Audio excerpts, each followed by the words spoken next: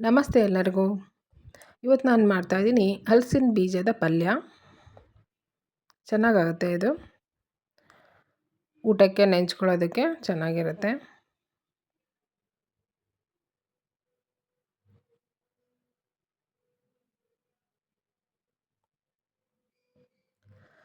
ಹಲಸಿನ ಬೀಜದ ಪಲ್ಯ ಮಾಡೋದಕ್ಕೆ ಮೊದಲಿಗೆ ನಾನು ಹಲಸಿನ ಬೀಜ ನೋಡಿ ನಾನು ಸಿಪ್ಪೆ ತೆಗೆದಿಟ್ಟಿದ್ದೀನಿ.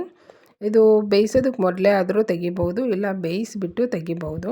ನಾನು ಬೇಯಿಸೋದಕ್ಕೆ ಮೊದಲೇ ತೆಗೆದಿದ್ದೀನಿ. ಸಿಪ್ಪೆ ತೆಗೆದಾದ್ಮೇಲೆ ಹಲಸಿನ ಬೀಜನ ಕುಕ್ಕರಿಗೆ ಹಾಕ್ತಾಯಿದ್ದೀನಿ ನಾನು. ಕುಕ್ಕರಲ್ಲಿ ಬೇಯಿಸ್ಕೋಬೇಕು. ಇದು ಬೇಯೋದಕ್ಕೆ ಸ್ವಲ್ಪ ಟೈಮ್ ತೊಗೊಳುತ್ತೆ. ಮತ್ತು ನೀರು ಹಾಕಿಬಿಟ್ಟು ರುಚಿಗೆ ಉಪ್ಪು ಹಾಕಿ ಒಂದು 3 ವಿಷಲ್ ಆಗೋದಕ್ಕೆ ನಾನು ಬಿಟ್ಟಿದ್ದೀನಿ. ಈಗ ವಿಷಲ್ ಆದಮೇಲೆ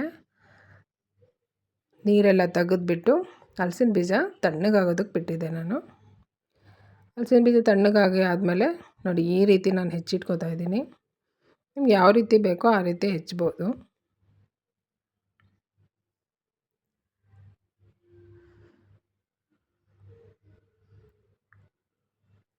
ಹಲಸಿನ ಬೀಜ ಬೇಯೋದಕ್ಕೆ ಸ್ವಲ್ಪ ಟೈಮ್ ತೊಗೊಳುತ್ತೆ.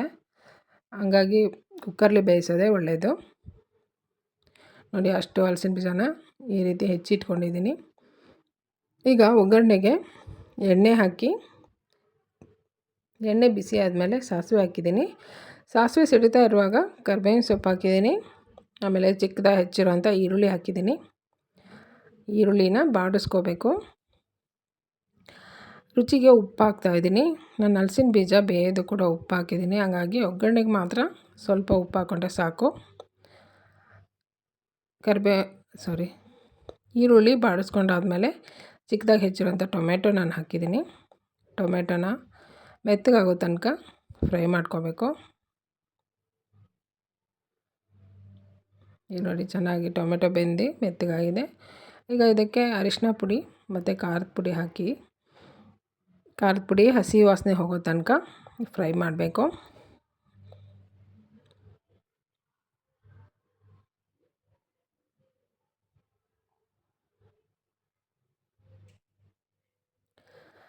ಇಷ್ಟಾದಮೇಲೆ ಹೆಚ್ಚಿಟ್ಕೊಂಡಿರೋಂಥ ಹಲಸಿನ ಬೀಜನ ನಾನು ಹಾಕ್ತಾಯಿದ್ದೀನಿ. ತುಂಬ ಸಿಂಪಲಾಗಿ ಆಗುತ್ತೆ ಪಲ್ಯ, ಚೆನ್ನಾಗಾಗತ್ತೆ. ಹಲಸಿನ ಬೀಜ ಎಲ್ಲ ಗೊತ್ತೇ ಇದೆ, ಯಾವಾಗಲೂ ಸಿಗೋದಿಲ್ಲ. ಹಲಸಿನ ಹಣ್ಣು ಸೀಸನಲ್ಲಿ ಸಿಕ್ಕಾಗ ಈ ರೀತಿ ಮಾಡ್ಕೊಂಡು ತಿನ್ನೋದಕ್ಕೆ ಚೆನ್ನಾಗಿರುತ್ತೆ. ಈಗ ಸ್ವಲ್ಪ ಕೊತ್ತಂಬರಿ ಸೊಪ್ಪು ಹಾಕಿದ್ದೀನಿ. ಅಷ್ಟನ್ನು ಒಗ್ಗರಣೆಯಲ್ಲಿ ಸರಿಯಾಗಿ ಮಿಕ್ಸ್ ಮಾಡಬೇಕು. ಮಿಕ್ಸ್ ಮಾಡಿ ಆದಮೇಲೆ ಸ್ವಲ್ಪ ನೀರು ಹಾಕ್ಬಿಟ್ಟು ಈ ಒಗ್ಗರಣೆ ಜೊತೆಗೆ ಹಲಸಿನ ಬೀಜಕ್ಕೆ ಚೆನ್ನಾಗಿ ಒಗ್ಗರಣೆ ಎಲ್ಲ ಎಳ್ಕೊಳ್ಳಿ, ಆ ಟೇಸ್ಟ್ ಬರಲಿ ಅನ್ನೋದಕ್ಕೋಸ್ಕರ ಸ್ವಲ್ಪ ನೀರು ಹಾಕ್ಬಿಟ್ಟು ಮಿಕ್ಸ್ ಮಾಡಿ ಮತ್ತು ಒಂದು 2 ನಿಮಿಷ ಮುಚ್ಚಳ ಮುಚ್ಚಿಬಿಟ್ಟು ಲೋ ಫ್ಲೇಮಲ್ಲಿ ಬಿಟ್ಬಿಡಬೇಕು. ಆ ನೀರು ಹಿಂಗೋದಕ್ಕೆ. ಈಗ ನೋಡಿ ಒಂದು 2 ನಿಮಿಷ ಬಿಟ್ಟರೆ ಸಾಕು. ಚೆನ್ನಾಗಿ ಆಗೋ ಒಗ್ಗರಣೆಯಲ್ಲಿ ಹಲಸಿನ ಬೀಜ ಮಿಕ್ಸ್ ಆಗಲಿ ಅನ್ನೋದಕ್ಕೋಸ್ಕರ. ಈಗ ಹಲಸಿನ ಬೀಜ ರೆಡಿ ಇದೆ. ಮತ್ತೇನೆಂದರೆ ಹಲಸಿನ ಬೀಜ ಪಲ್ಯ ಸ್ವಲ್ಪ ಸಿಹಿ ಸಿಹಿ ಬರುತ್ತೆ. ಹಾಗಾಗಿ ಬೇಕಿದ್ದರೆ ನೀವು ಕೊನೆಯಲ್ಲಿ ಈ ಮೇಲೆ ನಿಂಬೆ ರಸ ಹಾಕ್ಕೋಬೋದು.